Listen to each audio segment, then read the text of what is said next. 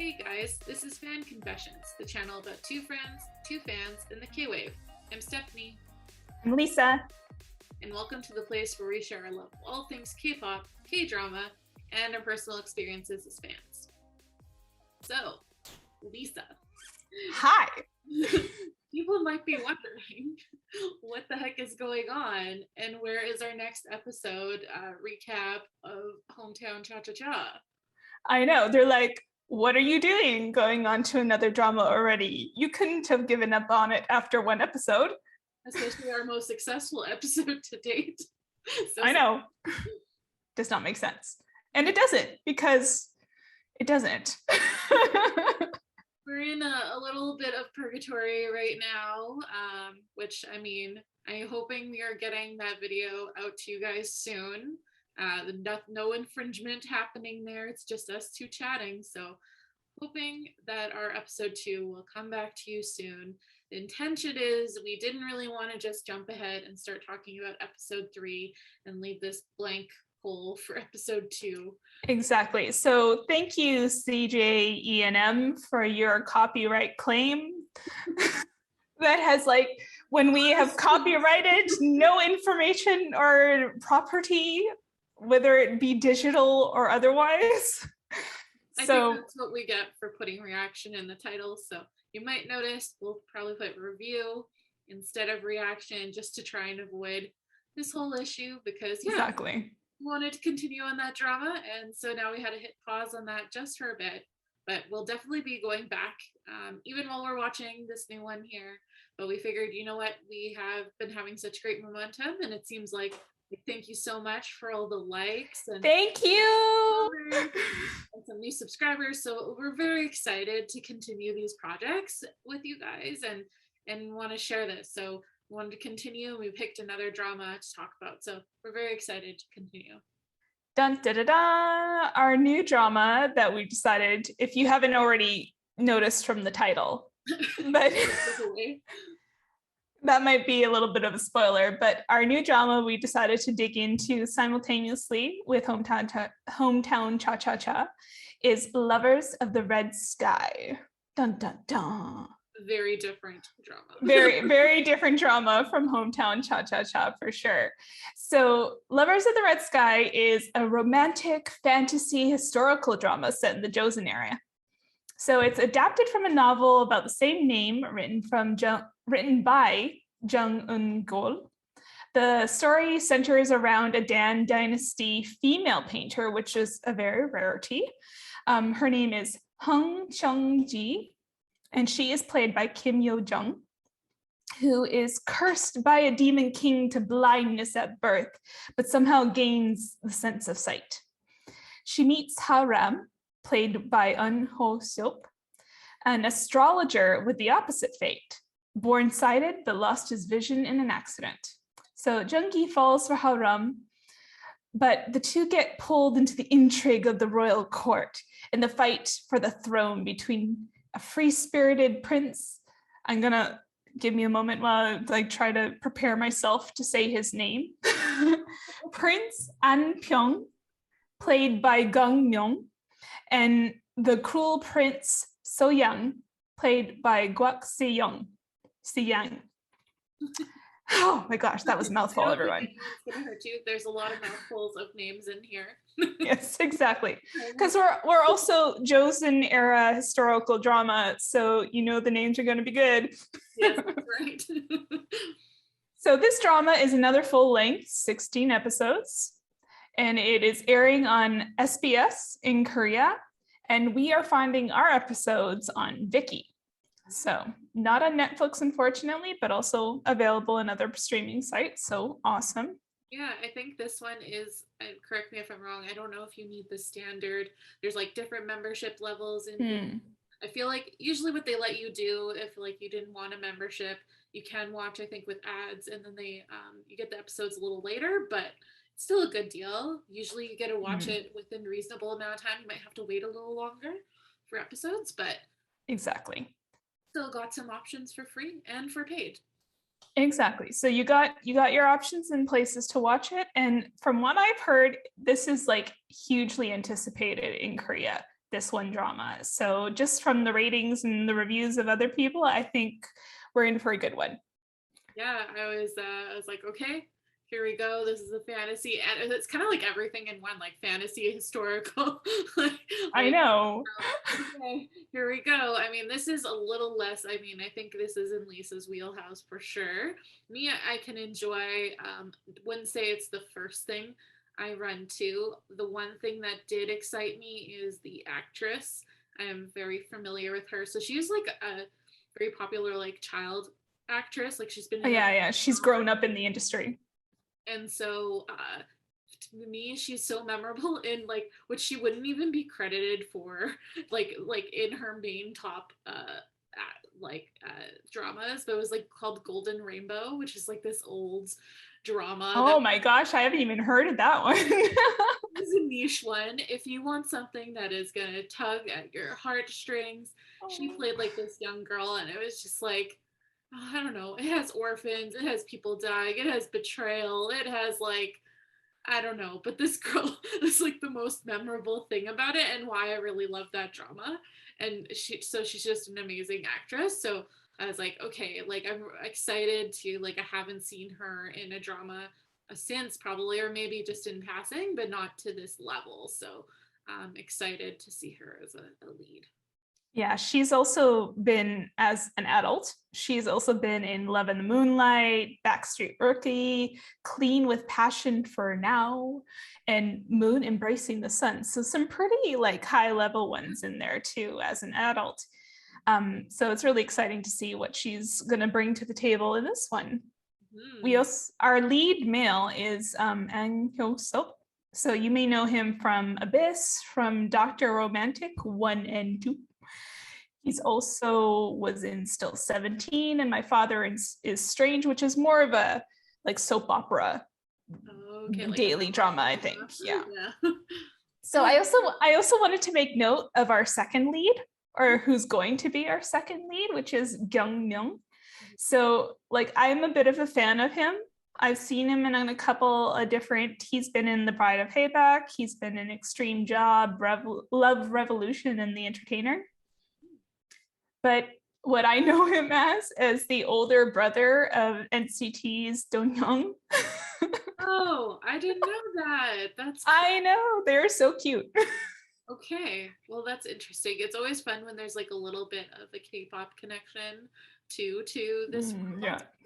Usually it's like nice to see them in different lights and stuff like that. So that's cool. Exactly. So this is really cool. And I was like, yeah, this could be good. I'm really like digging who's in there, and like the story. I'm always down for a little bit of magic and like supernaturalness, because like really like I love Harry Potter. I love everything from a mild guilty pleasure for Twilight. It's like it's really bad though, because I'll tell you the truth. A little funny offshoot story. Like I was really bored one weekend and I'm like, oh, maybe I'll watch the Twilight movies, because it came up on my suggestions in Netflix, and I got through the first like 15-20 minutes. It's like, I can't do this.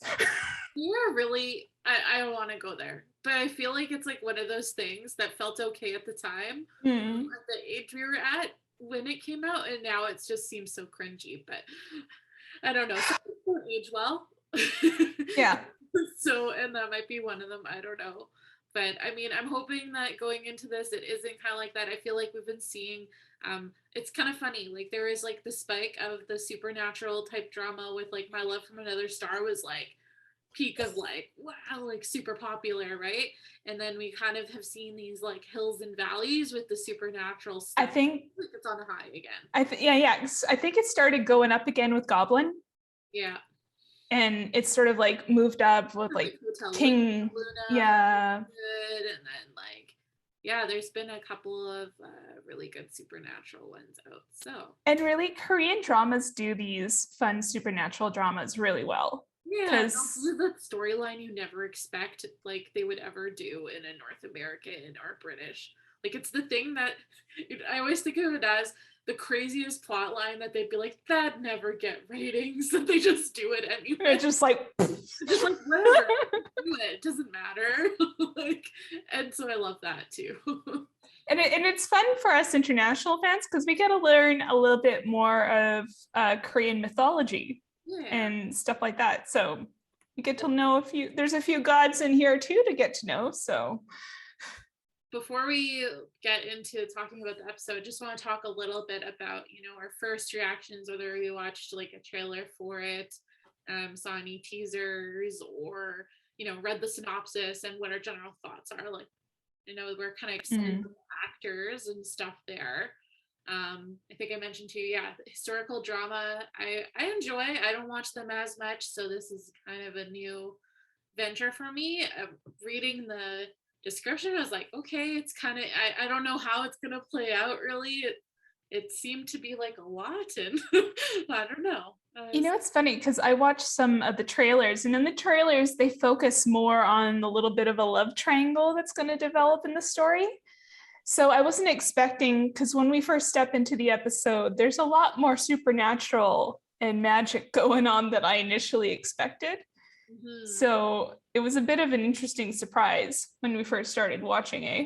Yeah, so for me, I think, what did I watch? I read the synopsis, and then I trusted Lisa more on this. I'm not the best judge of if these are going to be good or not, but it was like, I think I saw one where he was blind, and it was like more of a comical play on it. Yeah. So I wasn't really sure what to expect at all going in, to be honest. So yeah, I don't know. Is there anything else you want to say before we really start talking and digging in about the episode here? No, I think we can dive right in. That pretty much covers. So I guess I was a little surprised when we came into it. So I guess my biggest part that I was like a little disappointed, the special effects were a little bit not I know great, and it was very distracting in the very first scenes. Yeah, but I'm right there with you. Yeah. I'm right there with you, because like when there's a scene. Okay, so for those of you who watched with us, there's like the initial scene when they got the old king tied up and the Taoist priest is like preparing, and they start pulling because like there's a demon king apparently locked inside the body of this old king. Yeah. Who's been giving him power and stuff like that, but also causing a lot of bloodshed with all the wars and such. Yeah, so the king's like, so the old king is like, okay, dude, we're gonna lock you away. I'm gonna we've stabilized and protected the crown. Like, you can go away for now. And obviously the demon king is not so much digging this. So the part where they start pulling the demon king out of the king to like seal him away in this portrait of the king. It's like this weird kind of CG rolly, smoky, sludgy, and it looks so strange, doesn't it? Because it's a little shiny and like oily. You know what it reminds me of? It's like dated fantasy fairy tale movies from like the late 90s, early 2000s. Yeah. It's like not up to snuff to what we're used to seeing now. I mean, maybe, years ago it probably would have looked good. And I'm like, I can understand. It's a TV show. But you could definitely tell the difference level between budgets on television shows. There's some that definitely the level of quality is just so much higher in terms of what they put into the CGI. But I will say, regardless of that, it is very distracting in the beginning because you're into like a very intense scene right away, and it kind of takes away a little bit from how like serious you take it, I suppose. Yeah, exactly. I was the same way. I was like, okay, am I going to be able to take this? Is this going to be a little too cheese? It gets better. Like, it feels like it's better later. Like, actually, in general, it just feels better later. I don't know if it was just like the first bit that made it feel extra. It didn't bother me as much later. Maybe I got used to it. I don't know. But yeah, I agree with you. The CG, a little distracting, but if you can work past that, you get into your pretty like intricate story like right away. Yeah, which I had said to Lisa, I was so like, So there's a lot happening. Like you get this whole prologue with a lot of like stuff. And so like don't start this when you are sleepy like me and trying to process all the intricate storyline because it's got like it's a fantasy world. It's not even like real, so it's got its own like laws and ways Yeah, this is like no historical facts, people. No. This is not written down in the ancient journals of Korean history. This is purely fantasy. And then you're thrown into action, and then you're trying to figure out who's who and what's going on. And we talked about this too a little bit. Like everyone's in the historical costumes, and it's like very hard to discern people from each other, especially the males. So very similar costumes, and then they all have similar facial hair and stuff. Yeah. So I don't know, Lisa, you're probably way better at this than me. So spell out who's who for anyone like me in the scene, the ritual scene of who's there and what is happening. Okay, so this mission accepted. Please. So as I said before, our story starts with a story of the god Samshin, which is explained by the narrator is 3 gods in one. Okay. So those 3 gods, the god of life, Samshin, there's the god of death, and there's the god of balance. So in the story, the god of death overtook the god of balance, throwing the world into chaos. So causing a lot of war and a lot of strife and a lot of bloodshed. So this god of death somehow gets himself into the body of the king, sort of his way. He seems to be like, I want a body, I want to control people, I want to create more chaos and more death, right? And what's better way to do that than to have possess a king and so I can order armies around, right? Exactly. Super like premium. So the king, who has this demon inside of him, is just like, okay, I've had enough. So he gets a painter, a very talented painter, to paint a portrait of him with like embodying, like infusing magic and stuff like that, so that they can take the demon king out of the old king and lock it away in the painting. So the old king and his son, who's going to be the heir to the throne, they're getting ready to do this in this big ceremony. And there's 2 sects that are helping with this ceremony. And that's the Taoist, I forget, they call them the Bureau, right, in at least in the translation, in the English translation. Okay. I'm sure it's something very different in Korean. Yeah. So we have the Taoist Bureau, which is like male priests. And we have the Shaman Bureau, which is female shamans. Right. So the head shaman and the head priest have a little bit of a power struggle right at the beginning of the ceremony. And this kind of like ticks the shaman off a little bit because she's basically sent away like, no, the Taoist Bureau is going to handle this. So she's a little turd. Yeah. But they start the ceremonies. The painter is able to finish his painting. Yeah. And they move it over and they start this whole ceremony of pulling the demon king out of the old king to move it into the painting. And so like obviously the demon king is not really into this. So he's like causing a little bit of havoc and he curses the painter, saying that no one left in your line will ever paint again. And funny thing is, at the very same time that this is all happening, the painter's wife is praying at a monument, praying for the safety of her husband and the success of the ritual. But the only problem is the poor lady goes into labor. Which I was like, oh, like it took me 2 minutes and I'm like, she just had the baby all by herself. just all by herself in the middle of nowhere. And I was like, okay. And I'm like, the baby's all clean, and she's just holding the baby. I'm like, just like, what happened? Something, there's a baby there. So yes, so she had the baby, but unfortunately, she's in a slight bit of danger because, you know, blood draws like carnivorous hunting animals in the forest. Like, I thought she died right before the wolves even came. Like, she just gets bled out, I'm assuming. Yeah, I'm assuming she bled out and passed away with the baby in her arms. And then the wolves came, And then the wolves like came. Game of Thrones. I was like, are the wolves gonna save the baby? No, they didn't. No, this is not Game of Thrones. I thought maybe the wolves would raise the baby. I don't know. What a weird spot. Hey, it's happened in other stories. I know. That is not far-fetched. No, it did not happen. But no, instead, the god Samshin decided to like, well, we're going to take care of you, little one. She is like a fairy godmother in my head. It's also the anime, like the effects they give her.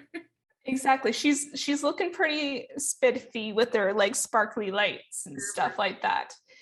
But because of the Demon King's curse, our little baby girl, which happens to be Changji, who's going to be our lead character, this baby girl is born blind.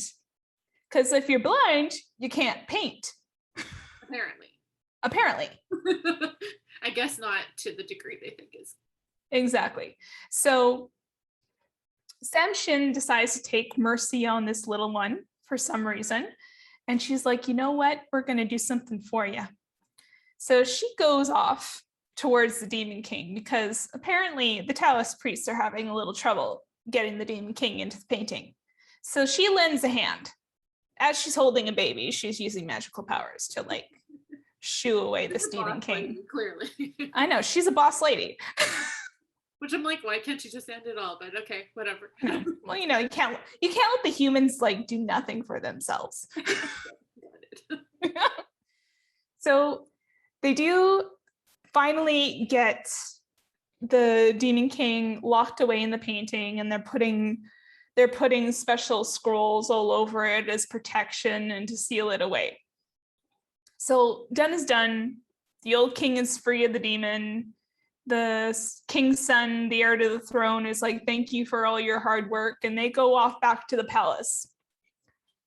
But in the meantime, the police, the palace police comes along. And they're basically threatening the Taoist priest. Because my theory, so the way the palace police, like they sort of like, they don't really say it, but they indicate that these are orders from the king to kill the Taoist priest. Oh, because now I get this. Okay, so I said to Lisa before we were starting this, I was very confused in this whole beginning. So just because I was a lot to take in and a lot's going on, and then I was also hung up on who is who, and I couldn't figure it out. But I didn't understand why. So they were chasing, not the painter's dad, but the priest, the Taoist priest, like you said. They're chasing him, and then I was like, why are he did the good thing. He put the bad thing in the painting, and now they're chasing him and trying to kill him. And I was like, very confused. Yeah. But the part I totally missed somehow, which I don't know how I missed it, must have been processing, is between him and the shaman in the beginning and their disagreement. I remember seeing her. Yeah. I didn't connect that there was the power struggle there already. So then now that makes a little more sense that go with your theory, but now I have a theory in my head too. Exactly. So the priest seems to think that the king wants him dead, I guess, like to keep the ceremony, the fact the ceremony happened a secret, who knows? Mm-hmm. My little background theory is like the lead shaman, and was sort of like getting the police to help her out because she wants to be the power in the palace, right? She wants to be the advisor and she wants the shamans to have a place of power within the kingdom. So she's like, just like make him think the king wants him dead. that's my theory. We don't know if that's really what's happening here. Yeah, it makes, because I try to think, I'm like, why would the king? I don't know. We'll talk about it a little bit more because I think it comes back again in the future and whatever. So yeah, so we see that happens, and so he like kind of gets chased off a cliff, and you don't know if he's alive or dead, right? mm-hmm. And then I guess it's like kind of the new, now this is happening, what's the new state of the world and who's in power and whatever. And so the shaman lady obviously seems to have more power now. Yeah, so we jump from this point in the story, we jump 9 years later. Yeah. So yeah. So the old king has passed away, his son has taken over the throne, and the lead shaman is like sort of in charge of all magical things and advising the king. At the same time, our little baby girl that was born that night is 9 years old, and she is blind. And her cursed father is not doing so hot. So he's gone a little mentally ill, little demon curse, post-traumatic stress, perhaps. And so he's not doing so hot. Yeah, it was hard to pick up on actually in the beginning. I thought maybe he was also blind because of the way he was acting. Oh, yeah. Like, no, later you kind of realize it's just he keeps forgetting her. Or that, like, yeah, he just doesn't understand all the time what's going on. Like, okay, that makes a little bit more sense. But yeah, it's like exactly. Really sad. And I don't know, but I really like the child actors they set up for this, for both her and for Harem's role. And I just realized we forgot to talk about Harem's origins in all this. Right. So then what happens with him then? So, oh, here I go. Okay, story time. So roll back. Okay. So at the same time, our heroine is being born. Our hero is born at the same time, and his name is Harem, and he is the son of the head Taoist priest, the one that they tried to kill that night. So in all the hubbub and the running away, they didn't quite do the job they were planning to do, and the priest survived. And he was able to raise his son, who was gifted, just like his father. I guess like magic runs in the family. And during the last 9 years, the demon was not very happy with being sealed away. So not only did he curse the painter with his never being able to paint again, but he also cursed the kingdom to like drought and famine, and really it was been a rough 9 years. It looks like it. Yeah. So where? So apparently Haram grows up, he's 9 years old, and he has a bit of a talent for divining water. And rain is something that's really needed right now. Yep. So unfortunately, his talents catches the eye of the head shaman, who happens to be hearing about this. And so she pops up out of nowhere at the head priest's in Harem's house saying, I'm going to take your son to this ceremony and you have nothing to say about it. Yeah, I don't like this lady. So I will. No. I don't know why. I'll probably this whole thing relate this to stupid Game of Thrones, but witch ladies are never good. I'm just telling you, never up to no good. You don't like them. You know they're bad. You know they're just out for themselves. just not good feeling. It was the same feeling. No. Yeah, I'm totally getting the same vibe from her too. Zero trust. So there's not a lot going on with her that's like shining and happy and got good vibes. That's for sure. No. So she's forcing Haram to come and be part of the ceremony. But the thing is, she seems to think that the only way for this ceremony to work and to bring back the rain is human sacrifice. Yeah. Yeah, I would have just been, I don't know, they're all like, nah, we don't need it. I'm like, she's gonna try and do it anyway. You're dumb to think she won't. Like the whole time, I'm like, come on, guys. Like, really?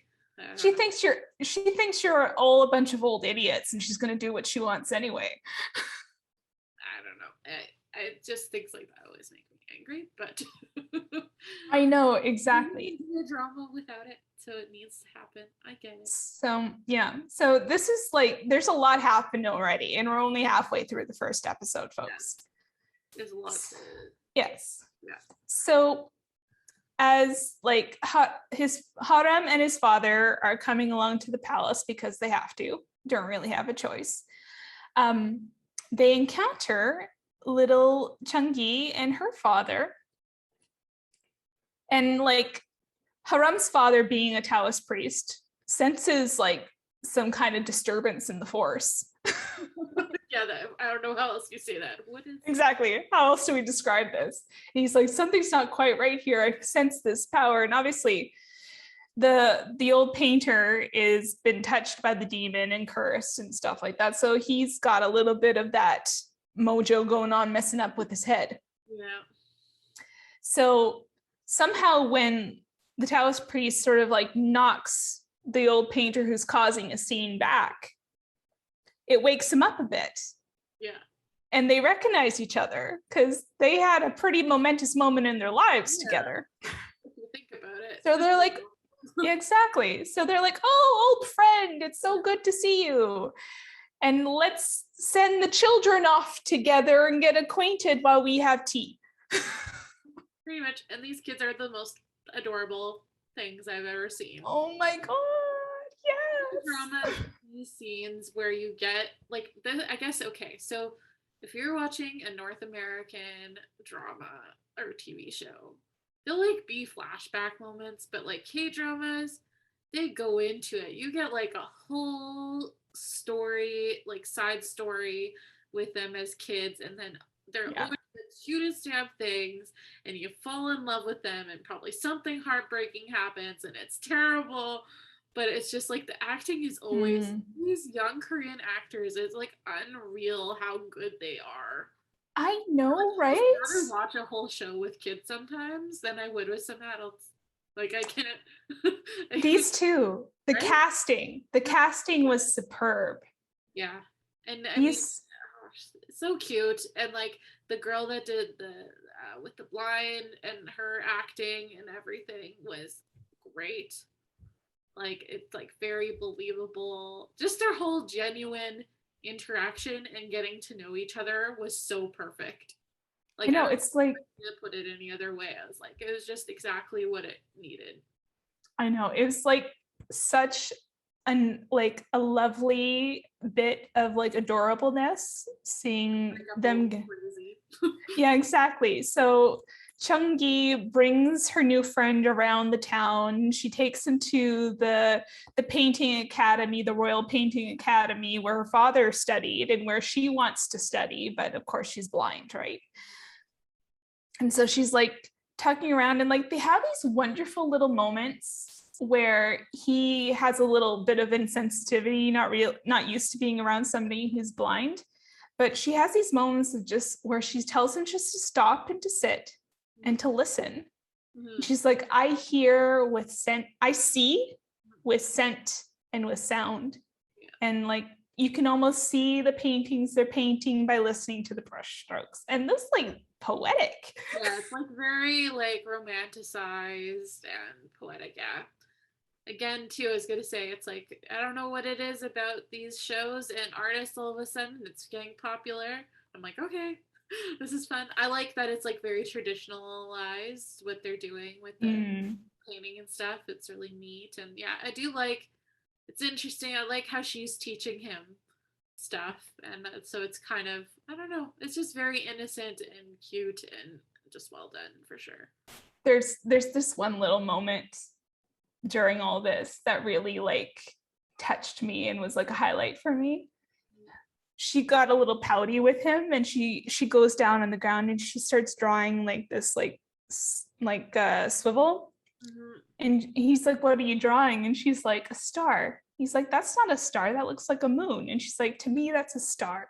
Yeah. Because she doesn't know what a star looks like, right? So, but he takes her hand and he starts drawing with her and drawing a star. I was like, oh my God, that's so cute. The part for them with me that I love the most is their little story about going to get peaches.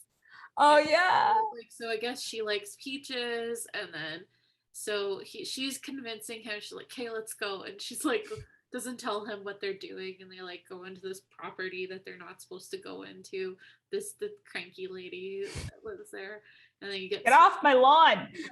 and she pretty much like it gets to the point that like she really wants the peach, and then it's like, okay, I'll get it for you, kind of thing. Even though he's like kind of scared to go up in the tree, and then kind of scared of this lady, and whatever, and then they have to run away together, and then she gets all like mad. They have a little moment where they get all huffy, and it's just so cute. And then he gives her, and then she's just so happy with the peach, and he says it tastes bad, and she's like, it's perfect.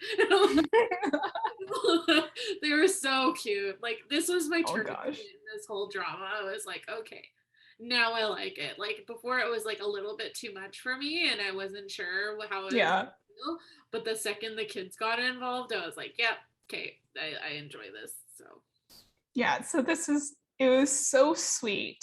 And we just like this whole part of the story where they're sort of like building the foundation of their future relationship is like, oh my God, it like warms our hearts. 100%. Well, she even gave him a little kiss. I know. He like gets hurt too, and he like takes this little cloth, I guess he has, handkerchief or something, and bandages it, and it's like hit like because they're relating to that they don't know their like. So his mom's around, right? Or I can't remember something. Okay. Yes. But it was like one thing he had that he gave to her, and whatever, and I don't know, and then yeah, she does a little innocent kiss thing. It's super cute, and he was really awkward about it, but it was good. Yeah, it was cute. It's so cute. Mm-hmm. Oh my gosh. Then, but yeah, sorry, go ahead. So but unfortunately, all those good happy moments got a little interrupted. Yes. So our friend the next day had to participate in this water ceremony thing to bring the rain. Or whatever, I guess you would call it. It seems like they do it every year, it sounded like. Yeah, it sounded like an annual ritual. So, but this time they got someone special, and they're hoping it's going to work this time.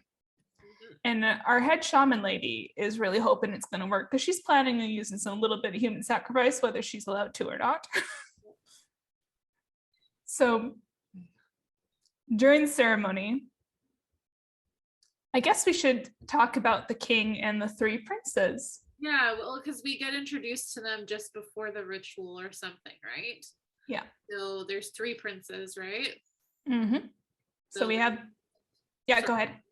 I don't know names, so if you're gonna do names, you do names. But I just know there's like one that like he's kind of standing there already, and so he's obviously the oldest. And the heir. Have different mothers. Is that what I was gathering? Is that right? Well, kings back in the day had harems. It seems like they weren't from the same mother for some reason. Yeah. Multiple wives, lots of kids. Yeah. And then the two younger ones come along, and one is clearly just like not having whatever this is. He had a little toot going on. A little bit of toot, a little bit like, oh, we must be polite to the older brother, and I'm so resentful for having to be polite to my older brother. Yeah, I was like, sorry, but I was like, where is this coming? Like, okay, that was the one thing I didn't like about this. It was so underdeveloped in terms of, here's these princes. Here's this one that's really disgruntled. It's like, you have no, like, at that age, how could you be? I don't know. Maybe you could be that disgruntled, but the younger one was more realistic in terms of like how they were acting. But yeah, exactly.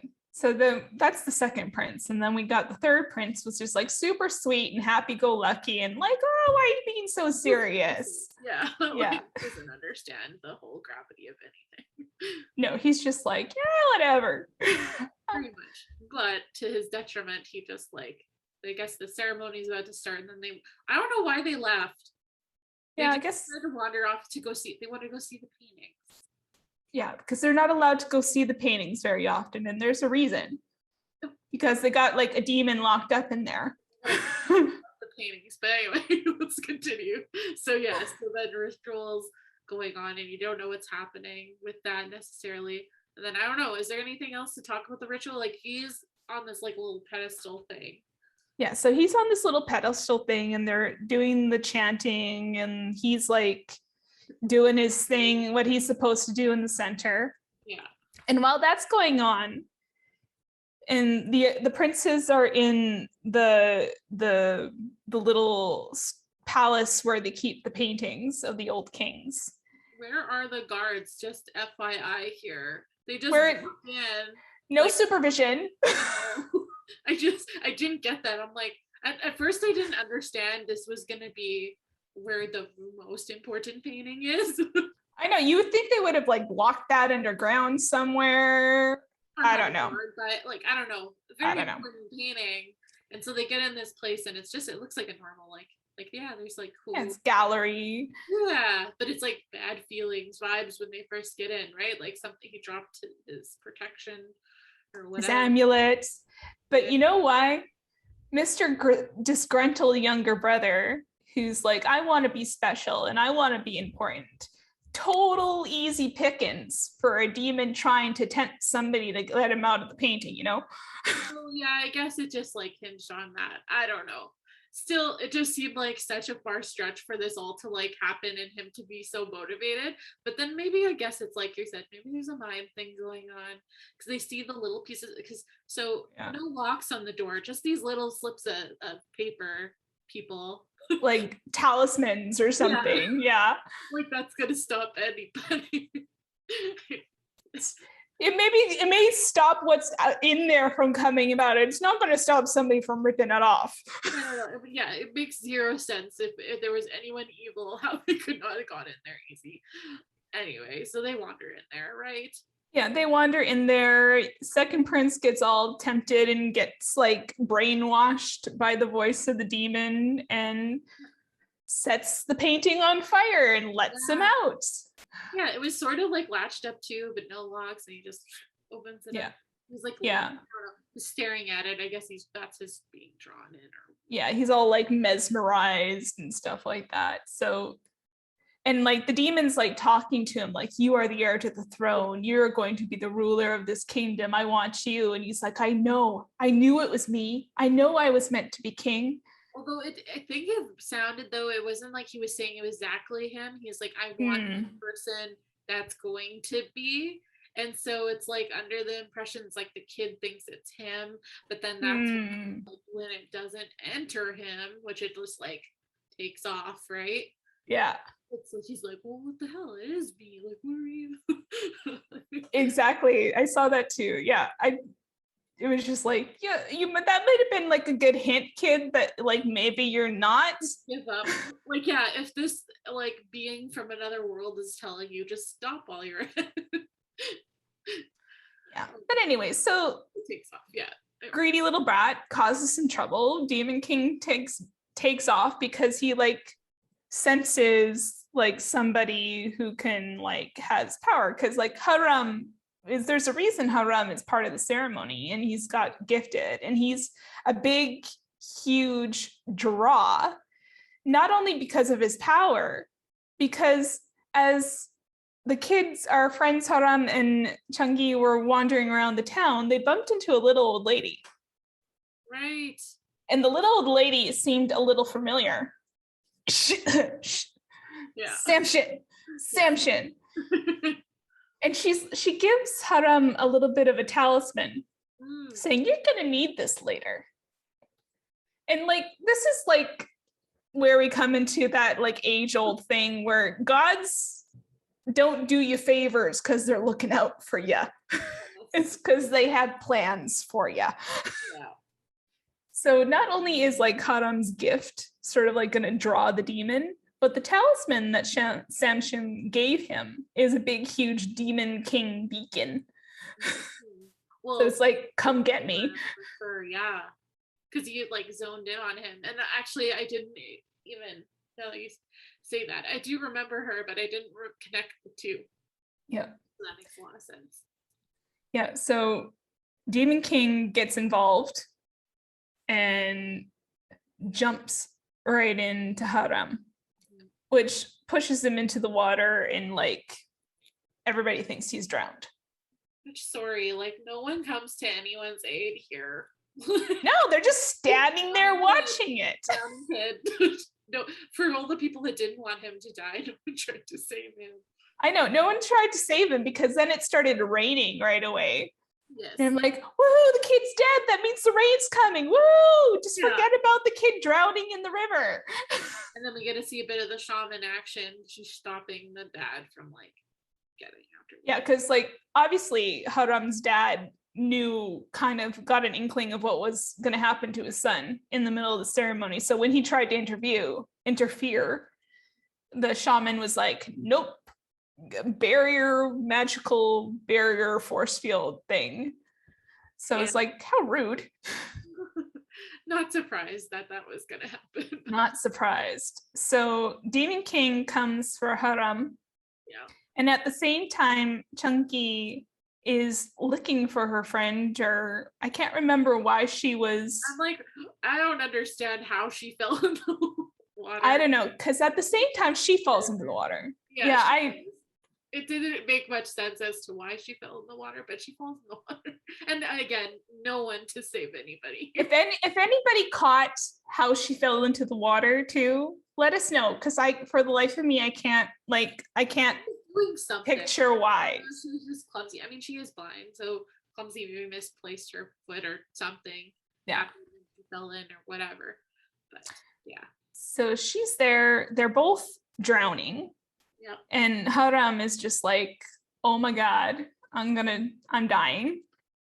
So Samchin decides, like, okay, Mr. Demon Buddy, you wanted a vessel, we're gonna lock you in this kid. And we're gonna keep you in there. And how I'm gonna keep you in there is I'm going to take away your eyes, because your eyes are what possesses people. Right. So she took Haram's eyes, which were because the Demon King was inside him, she took Haram's eyes and gave them to Changgi. So, dun dun dun, Changgi can see, and it's like a magical experience because she's just like, oh my God, I see fish, I see everything. This is amazing. And with the magic, with Samchin doing her thing, she brings Haram out of the water. But when he comes out of the water, he's freaking out because he can't see. Poor kid doesn't really know what's going on. And he's like, what is happening to me? I can't see. Yeah, at least he's not dead. But yeah, still not the ideal situation by any means. By any means. So it's, oh my gosh. It was a lot. It's a lot. So, but you know what? That shaman lady, she got arrested for like trying to use human sacrifice and got banished. But Lord, like, I know that that's not the last we've seen of her. I told you, evil witch lady, they're not gonna go away so easily. Well, she's clearly coming up as one of the villains in what this series is gonna be, right? Like, there's no way that it just ends there. No way, not with her. I think she's going to be messing with people for a while yet in this story, and she's got big baddie energy going on. A lot of big baddies in this show. I don't know, I guess it's a lot of good versus evil, but then there's a lot of people there in the middle too. So yeah, and like you would think a god giving you a talisman would be like this awesome protection, like. Nah, it's not so good having a god look out for you, because like she turns you into a demon vessel. Doesn't that sound like a job anybody wants? No, I don't. There'd be like 0 replies to that job ad. No amount of money. No amount of money. So episode 1 done. How did you feel? Is it feeling good? Is it feeling somewhere in the middle? Are we not sure? I was feeling good because, like I said before, and I guess like from all the talking I've done this episode, I think you've all probably guessed that this supernatural kind of story is my jam. And I'm just like all in because I love this kind of stuff. I'm such a fantasy nerd. So I appreciate all of Lisa's uncoverings here. I am definitely much more, I guess, into the surface level of things and like broader picture. Yeah, but I have a hard time processing while I'm watching at the same time. So it's good to hear her say a lot of it back to me because there's a lot of small things I realized I didn't pick up on because she's so detail oriented. So, and it's good because that might have turned me off from a show sooner than later if I wasn't like picking up on everything and getting like the reasons behind everything. The little Easter eggs that they like to hide in the early stages, right? So I will say if you're a person that is not into something as like very story driven and like lore and like stuff like that, this still had saving parts for me. Like it wasn't all like that. If it was all like that, I'd have a harder time. But like especially I think we talked a lot about the scenes with the kids and stuff like that. Like it's got a lot of heart in it still, a lot of good acting.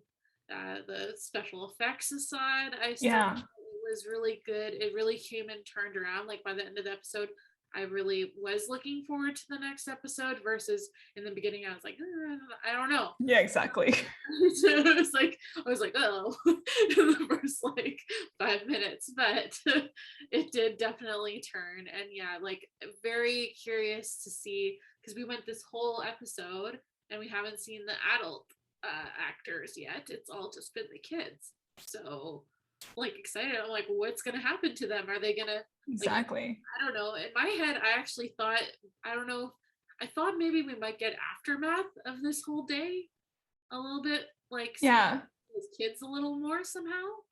Because I was like, is he gonna resent her and they're gonna know each other's like the situation with each other's sight? I was like, exactly. He was gonna be mad at her because all of a sudden he's got her blindness, right? I know exactly. He's gonna find who knows, but I was like, I was expecting like a little bit of a interaction, but there's like zero. They're sort of like off in their own sections when all this comes down. Because you don't see that, so I was like, oh, maybe we will like get to see more on that. But yeah, I wasn't sure, and I was like, okay, well, it's to beat me, and that's good enough for now. And I mean, we still have our 3-episode rule if for some reason it goes on a turn, but I'm feeling optimistic. I know. I was really into it, and I ended up watching episode 2 like right after. Yes, that's right. And I stayed up way too late, and I was really tired the next day, but it was worth it. Okay, the binge worthy for you supernatural fantasy nerds. For everyone else, highly recommended. The next day, I could have probably, if I wasn't too tired, I probably would have continued. Like it was definitely enough. It wasn't, how to explain it, it didn't leave you enough with a cliffhanger that like there's some shows I need to start watching the next episode to get the closure on whatever they left with. But this one, it was a good ending, I guess, to be able to wait until the next episode. So yeah, but still left you feeling genuinely curious of what's going to happen next. Yeah, exactly. Like, you can see where the progression's going to go and you're curious to find out where it will land. All right, so that's all we've got for this week's episode, and I hope you enjoyed watching this series with us so far, and we're excited to hear what else you guys have to say. We are so excited with the amount of like views we've been getting and the likes that are coming through, so please continue contributing like that, because that's just like a bigger sign to us that we need to keep doing this and that this project like is so fun for us. And that you guys are enjoying it as well. So yes, it counts. Yes, thank you for all the love and likes and the new subscribers. Hi, welcome to the fam. So yeah, just I hope you're enjoying it as much as we are, and yeah, let's keep watching together. Until next week.